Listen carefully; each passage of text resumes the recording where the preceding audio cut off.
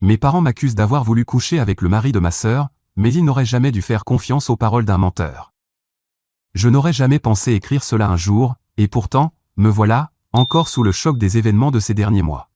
Tout a commencé lorsque ma vie a pris un tournant radical, juste avant mes examens finaux. Mes parents m'ont accusé de quelque chose d'impensable et m'ont mise à la porte. J'avais toujours cru que nous étions une famille très unie, du moins, c'est ce que je me répétais sans cesse. Mes parents étaient stricts mais aimants à leur manière. Ils avaient de grandes attentes envers nous et nous poussaient toujours, ma sœur Lisa et moi, à donner le meilleur de nous-mêmes. Lisa était la fille parfaite, belle, intelligente et réussissant tout ce qu'elle entreprenait. Elle avait tout pour elle, y compris un mari merveilleux, Brad, qui semblait être son partenaire idéal. Ils s'étaient mariés jeunes et, bien qu'ils aient d'abord vécu seuls, ils avaient fini par revenir vivre dans la maison familiale lorsque Brad avait trouvé un emploi à proximité. Mes parents étaient ravis. Ils adoraient les avoir près d'eux et, d'une certaine manière, moi aussi, même si cela signifiait être constamment comparé à ma sœur. J'admirais Lisa et j'étais heureuse de l'avoir près de moi. Quant à moi, j'étais encore à l'université, et ma vie était largement contrôlée par mes parents. Mon université était proche, et lorsque j'avais suggéré de vivre en résidence étudiante pour gagner en indépendance, ils avaient immédiatement refusé. Pourquoi dépenser de l'argent pour un dortoir alors que tu peux rester ici, disaient-ils. Ce n'était pas seulement une question d'économie, mais aussi de contrôle. Ils voulaient savoir où j'étais, avec qui et ce que je faisais à tout moment. Je me persuadais que c'était parce qu'ils tenaient à moi, mais au fond, je savais que c'était étouffant. Notre maison était toujours pleine. Avec Lisa et Brad vivant là, nous étions tous entassés, essayant de gérer nos vies d'adultes tout en étant traités comme des enfants. Mes parents adoraient Brad, il était presque comme le fils qu'ils n'avaient jamais eu. Il ne cessait de vanter ses mérites à qui voulait l'entendre, et il était évident qu'à leurs yeux, il ne pouvait rien faire de mal. Moi, en revanche, je ne prêtais pas vraiment attention au mari de ma sœur. Il avait pris la grosse tête en entendant mes parents l'encenser et me questionnait souvent sur le fait que je ne vivais pas en dortoir, bien qu'il sache parfaitement que c'était la décision de mes parents. Non seulement j'étais jugé par mes parents, mais aussi par ma sœur et son mari pour mes choix.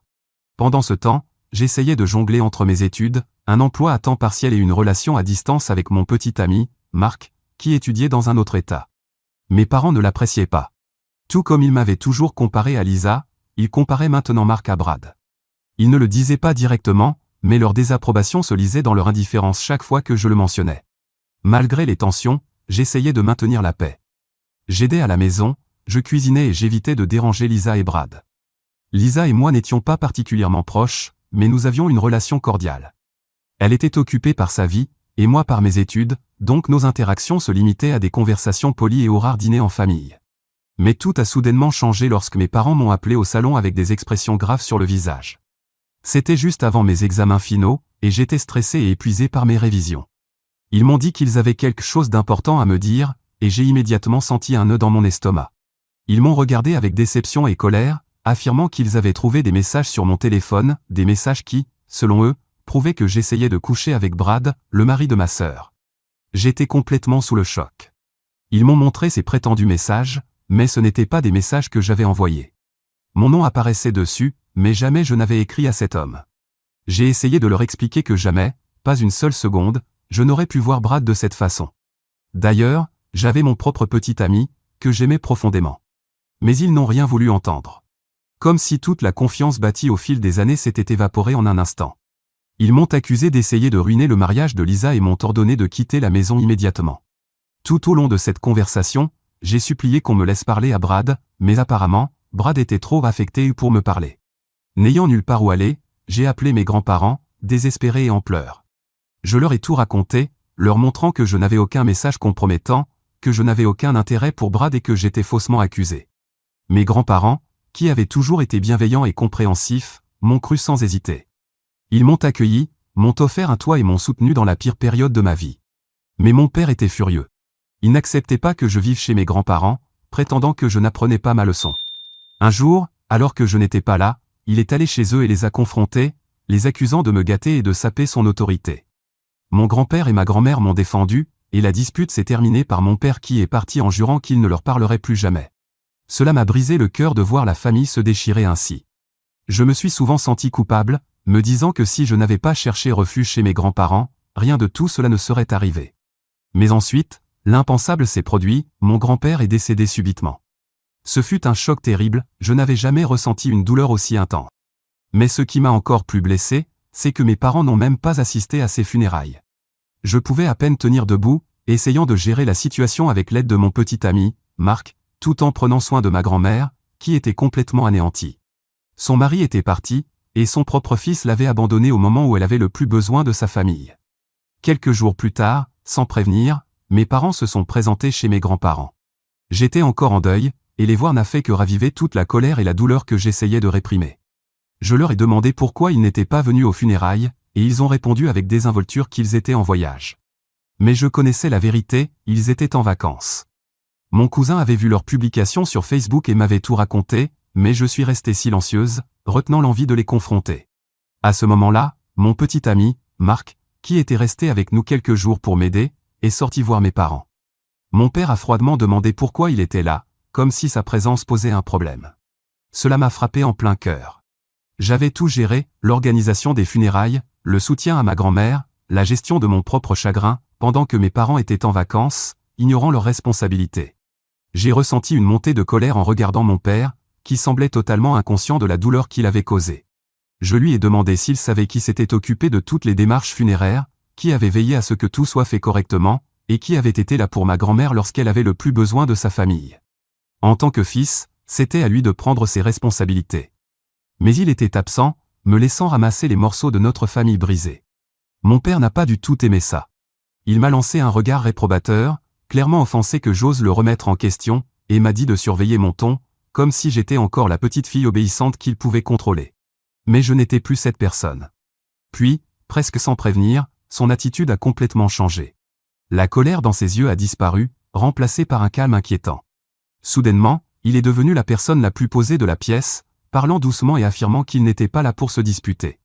Il prétendait vouloir tout laisser derrière nous et repartir sur de nouvelles bases. Il a même dit qu'il était là pour me pardonner ce qui s'était passé avec Brad, comme si c'était moi qui avais besoin de son pardon. Puis il a mentionné qu'il m'autorisait à rester chez ma grand-mère, mais qu'en échange, il voulait récupérer quelque chose qui lui appartenait. J'étais stupéfaite. Quelques instants auparavant, il me disait de surveiller mon ton, et maintenant, il parlait de pardon et de passer à autre chose. Cela n'avait aucun sens, et je ne pouvais m'empêcher de ressentir que quelque chose clochait. Puis, soudain, j'ai compris, il était là pour l'héritage. Après tout ce qu'il avait fait subir à mon grand-père, après son abandon et sa trahison, il revenait maintenant pour l'argent. Il ne voulait ni réconciliation, ni réparer notre famille brisée, ni offrir un quelconque apaisement. Il voulait simplement ce qu'il considérait comme son dû, peu importe les dégâts qu'il avait causés. Mais il n'avait aucune idée que grand-père l'avait devancé. Grand-père, que Dieu le bénisse, avait tout prévu. Le lendemain des funérailles, alors que nous commencions à trier ses affaires, nous avons trouvé une note soigneusement rangée dans l'un de ses tiroirs. Elle disait simplement « Appelle Bob ». Bob était un avocat et un vieil ami de grand-père, quelqu'un qui était venu plusieurs fois à la maison, bien que je n'y ai jamais prêté attention à l'époque. Quand nous avons contacté Bob, il nous a appris que grand-père avait rédigé un testament, en prenant soin de décider qui hériterait de quoi. Avec le recul, le timing de l'arrivée de mon père était presque trop parfait, comme s'il savait que le testament allait bientôt être discuté et qu'il voulait réclamer sa part avant cela. Mais je dois avouer que j'ai ressenti une profonde satisfaction en lui disant que je savais exactement pourquoi il était venu. Il n'était pas là pour se réconcilier, ni pour guérir notre famille brisée, ni même pour offrir son pardon, non, il était là pour l'argent de grand-père, pour l'héritage qu'il pensait lui revenir de droit. Mais cela n'allait pas se passer ainsi, grand-père avait veillé à tout. D'une voix calme mais ferme, j'ai dit à mon père que grand-père avait placé toutes ses économies à mon nom. Chaque dernier centime qu'il avait accumulé me revenait désormais. Quant à la maison, grand-père l'avait mise au nom de ma grand-mère, s'assurant ainsi qu'elle aurait toujours un toit au-dessus de sa tête, protégée de quiconque tenterait de le lui prendre. À l'origine, mon intention était de communiquer cela lorsque les choses se seraient apaisées, quand nous aurions peut-être pu nous asseoir en famille et discuter du testament de grand-père avec respect et compréhension. Peut-être, dans un autre monde, aurions-nous trouvé un moyen de nous réconcilier et d'aborder les dernières volontés de grand-père avec dignité. Mais cette possibilité a disparu au moment où mon père est entré dans la maison avec son attitude arrogante, croyant pouvoir nous intimider et nous manipuler pour obtenir ce qu'il voulait. Quand je lui ai parlé du testament, j'ai vu son visage se tordre. Pendant un instant, il est resté sans voix, incapable de comprendre que tout ce qu'il espérait obtenir lui échappait. Mais aussi vite que la surprise était apparue, elle a été remplacée par la colère. Il était tellement narcissique qu'il croyait sincèrement avoir toujours été présent pour ses parents. Il m'a accusé de mentir, de manipuler grand-père pour qu'il change son testament, comme si j'avais orchestré tout cela. L'ironie était presque risible, lui, m'accusant de manipulation alors qu'il avait abandonné sa famille par pure avidité. Mais je suis resté ferme. Je lui ai expliqué que grand-père avait pris ses décisions de son propre chef, bien avant son décès, et que Bob, l'avocat, pouvait attester de chaque mot que je disais. Il n'y avait aucun complot, aucun plan secret pour l'exclure, grand-père savait simplement quelles étaient les priorités de mes parents et avait agi en conséquence pour protéger ce qui comptait le plus pour lui, sa femme et sa petite-fille. Il a essayé d'argumenter, de me convaincre que je devais lui remettre l'argent, que c'était son droit en tant que fils de grand-père. Mais je n'ai pas cédé. Je lui ai rappelé qu'il avait fait ses propres choix, et que les choix avaient des conséquences. Il avait choisi d'abandonner son père, d'ignorer ses responsabilités, et maintenant, il récoltait ce qu'il avait semé. Ma mère, qui était restée silencieuse jusque-là, a fini par parler, me suppliant de reconsidérer, de trouver un moyen de régler ça. Mais il était trop tard. Elle non plus n'a pas bien réagi. Je me souviens de ses paroles. Ce n'était donc pas suffisant d'essayer de voler le bonheur de Lisa? Maintenant, tu veux aussi faire souffrir ton père? À ce moment-là, tout était clair. Ils avaient montré leur vrai visage, et il n'y avait plus de retour en arrière possible. Grand-père avait pris sa décision, et j'avais bien l'intention de l'honorer. Dans les jours qui suivirent, je me concentrais sur l'aide à apporter à ma grand-mère pour s'adapter à la vie sans grand-père, m'assurant qu'elle soit bien prise en charge et qu'elle sache qu'elle n'était pas seule. Marc restait avec nous. Puis, juste au moment où je pensais que tout s'était enfin calmé, une lettre arriva par la poste. Elle venait de Bob, l'avocat de grand-père, et m'était adressée. Je l'ouvris, m'attendant à y trouver des détails finaux sur le testament ou peut-être un mot de condoléance, mais ce que je trouvais à l'intérieur était tout autre. La lettre expliquait que grand-père avait créé une fiducie en mon nom. Ce n'était pas une surprise, je savais déjà qu'il m'avait laissé ses économies. Mais ce qui me prit au dépourvu, c'était la condition qui y était attachée. La fiducie était liée à une propriété, une maison en Floride que grand-père avait discrètement achetée des années auparavant. Selon la lettre, la propriété resterait sous ma possession, mais à une condition, si mes parents tentaient de contester le testament ou de faire valoir un droit sur l'héritage de grand-père, la propriété leur serait automatiquement transférée, ainsi que les fonds associés. Cela me sembla étrange, mais il y avait un rebondissement. La propriété n'était rien d'autre qu'une maison délabrée, bien loin de l'héritage luxueux auquel mes parents s'attendaient. Et les fonds n'étaient à peine suffisants que pour couvrir les taxes et les coûts d'entretien de cette maison. Je restais là, stupéfaite, réalisant que grand-père avait non seulement anticipé la cupidité de mes parents, mais qu'il leur avait tendu un piège. S'ils essayaient de contester le testament, ils ne perdraient pas seulement, ils hériteraient d'un fardeau financier qui les ruinerait. Quelques jours plus tard, je reçus un appel de Bob. Il m'informa que mes parents avaient, en effet, essayé de contester le testament. Ils avaient engagé un avocat et prévoyaient d'aller en justice, convaincus qu'ils pouvaient réclamer l'héritage qu'ils pensaient leur revenir. Bob, de son ton calme et mesuré, m'expliqua que dès que les documents seraient déposés, la fiducie s'activerait, et la propriété en Floride, avec tous ses coûts financiers, deviendrait officiellement leur héritage. Avec cette dernière manœuvre, grand-père avait fait en sorte que toute tentative de cupidité de la part de mes parents se retourne contre eux, leur offrant exactement ce qu'ils méritaient, un fardeau financier au lieu de l'argent qu'ils convoitaient tant. Quand le procès débuta, il était clair dès le début que mes parents n'avaient aucune chance. Le testament était inattaquable, et Bob avait tout soigneusement préparé. Mais mes parents, aveuglés par leur soif d'argent, persistèrent, croyant qu'ils pourraient d'une manière ou d'une autre annuler les dernières volontés de grand-père. Puis vint le jour où le juge rejeta leur dossier, et cela se produisit, la fiducie s'activa, et la propriété en Floride, ainsi que tous ses coûts financiers, leur furent officiellement attribués. Ils étaient furieux, bien sûr, réalisant trop tard que l'homme qu'ils avaient essayé de trahir les avait surpassés. J'observais de loin alors qu'ils tentaient de gérer les conséquences, essayant de vendre la propriété pour découvrir que personne ne voulait acheter une maison en ruine chargée d'une montagne de dettes. Leur situation financière se détériora rapidement, et ils se retrouvèrent piégés dans un chaos qu'ils avaient eux-mêmes créé. D'une certaine manière, c'était la justice poétique ultime. Grand-père avait réussi à me protéger, ainsi que grand-mère, de leur cupidité, même au-delà de la tombe. Et bien que je ne prenne aucun plaisir à les voir souffrir, je ne pouvais m'empêcher de ressentir un certain apaisement. Ils avaient fait leur choix, et maintenant ils devaient en assumer les conséquences. Mon père est maintenant en colère, mais au lieu de renoncer, il a commencé à me demander pardon. Il essaie de se faire passer pour la victime, affirmant qu'il a simplement été mal compris et qu'il voulait juste ce qui était juste. Ma mère, elle aussi, m'envoie constamment des messages et des notes vocales, essayant de me flatter. Elle parle du fait que les familles se disputent mais finissent toujours par se retrouver, que grand-père aurait voulu que nous soyons unis et qu'elle veut juste tourner la page. Mais leurs actes en disent bien plus que leurs paroles, et il est clair qu'ils n'ont pas vraiment changé. Ils ne cherchent pas la réconciliation, ils cherchent un moyen de récupérer l'argent qu'ils ont perdu. Le pire, c'est qu'ils ont impliqué Lisa et Brad dans leur plan. Soudainement, ma sœur et son mari tentent de me contacter, jouant les médiateurs. Ils disent tout ce qu'il faut, parlant de famille et du fait que nous devons rester soudés. Mais je ne suis pas intéressé, tout cela fait partie du jeu. Lisa, qui m'avait à peine adressé la parole depuis l'accusation, agit maintenant comme si elle tenait à réparer notre relation. Ils espèrent tous qu'en me culpabilisant suffisamment, je finirai par céder et leur offrir une part de la fiducie. Ils essaient de m'user, de me faire sentir que c'est moi qui divise la famille, comme si c'était ma faute si nous étions séparés.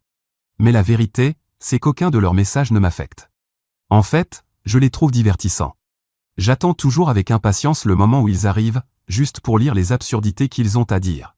Car au final, ils ne peuvent rien faire de plus. Nous sommes allés au tribunal, et ils ont perdu, alors leur dernière carte est d'essayer de me faire ressentir quelque chose. Et ils échouent. Mais je ne suis pas là juste pour raconter mon histoire, parce que je sais que ce subreddit a certaines règles, et je dois poser la question. Suis-je la méchante pour vouloir garder ce que grand-père m'a laissé, même si cela signifie tourner le dos à ma famille? Mise à jour 1. Pendant quelques jours après la visite de mes parents, tout était étonnamment calme. Cela m'a un peu attristé, car je m'étais habitué à leurs messages pour me divertir.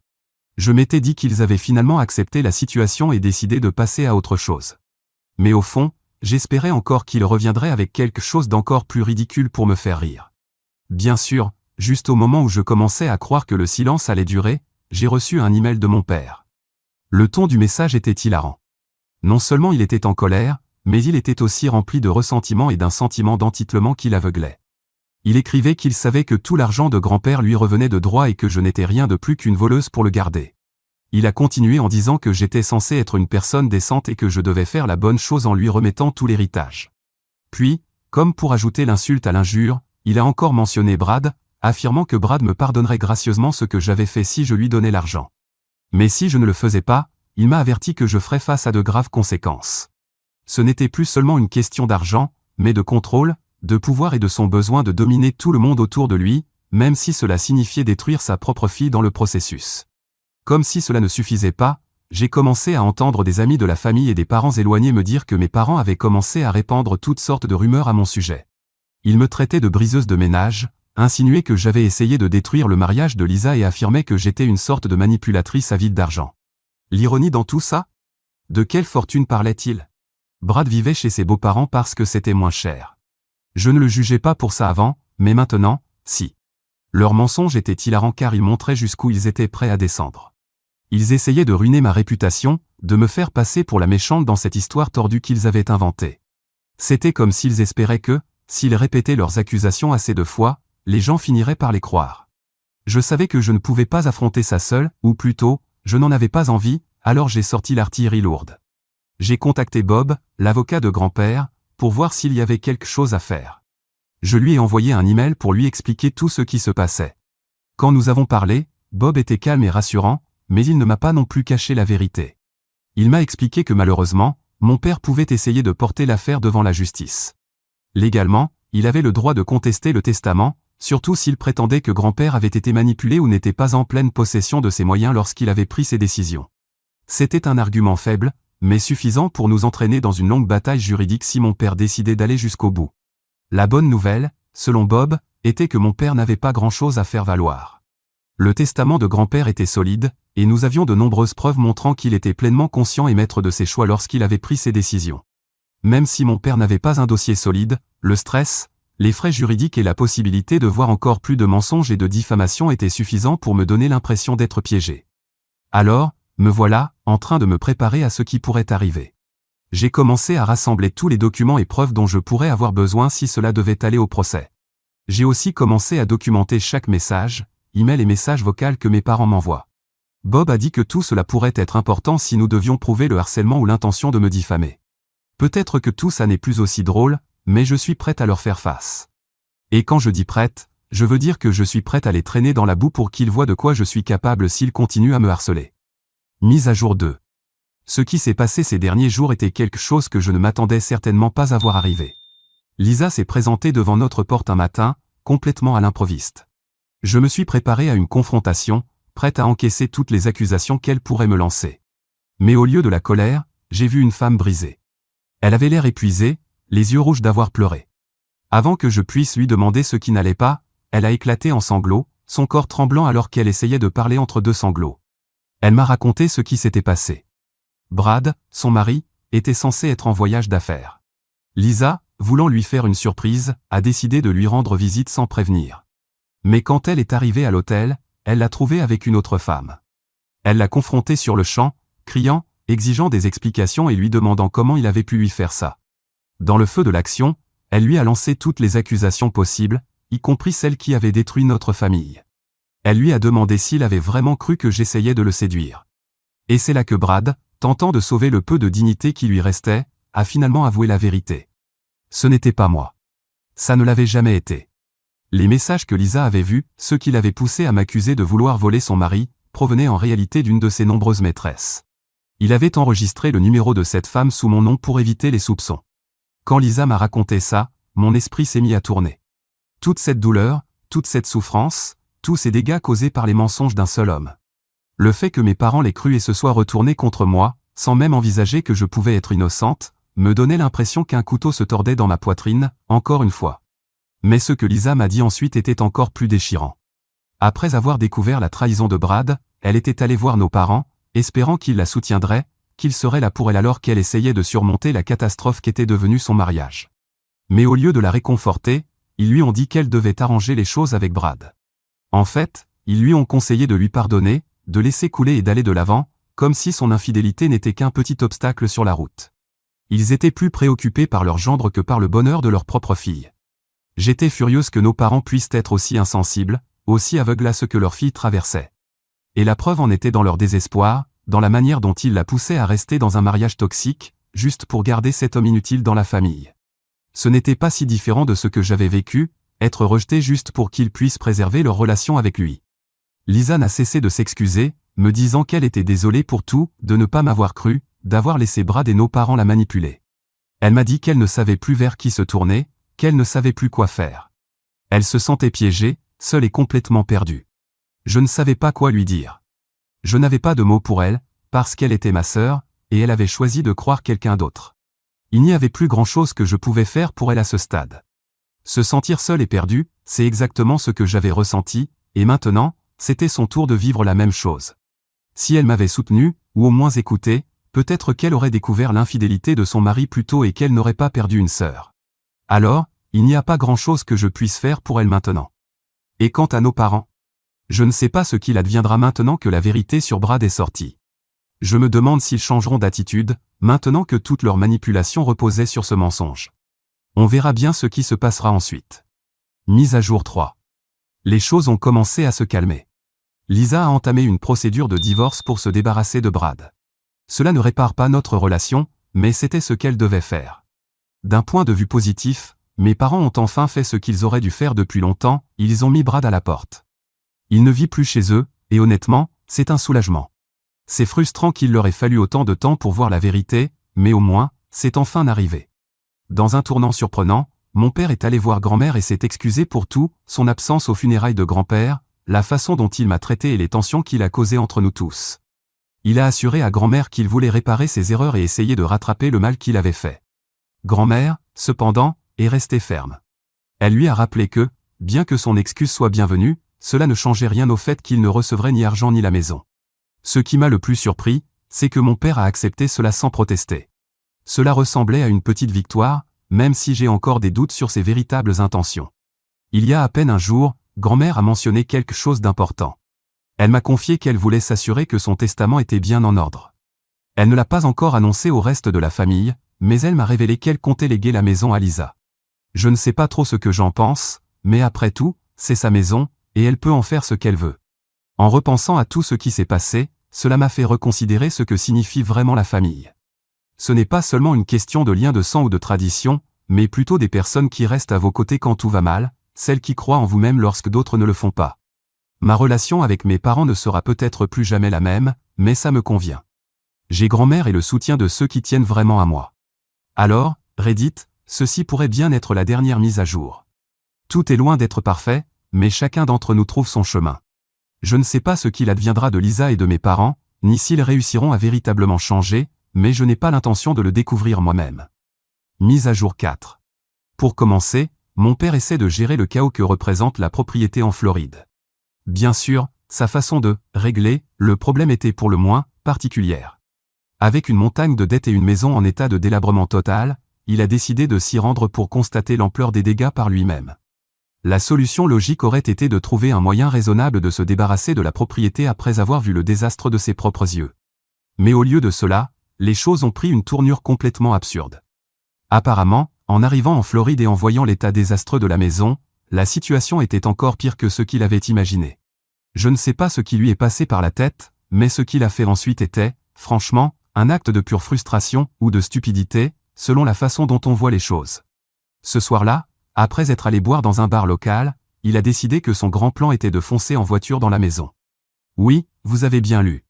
Il a apparemment pensé que ce serait plus rapide ou moins cher que d'avoir recours à une démolition officielle. Comme si la frustration et l'alcool l'avaient mené à un moment de pure folie. Heureusement, personne d'autre n'a été blessé. Cependant, mon père a été blessé dans l'accident et a dû passer quelques jours à l'hôpital. Cela a forcé ma mère à se rendre en Floride pour s'occuper de lui et le ramener une fois qu'il a été autorisé à sortir.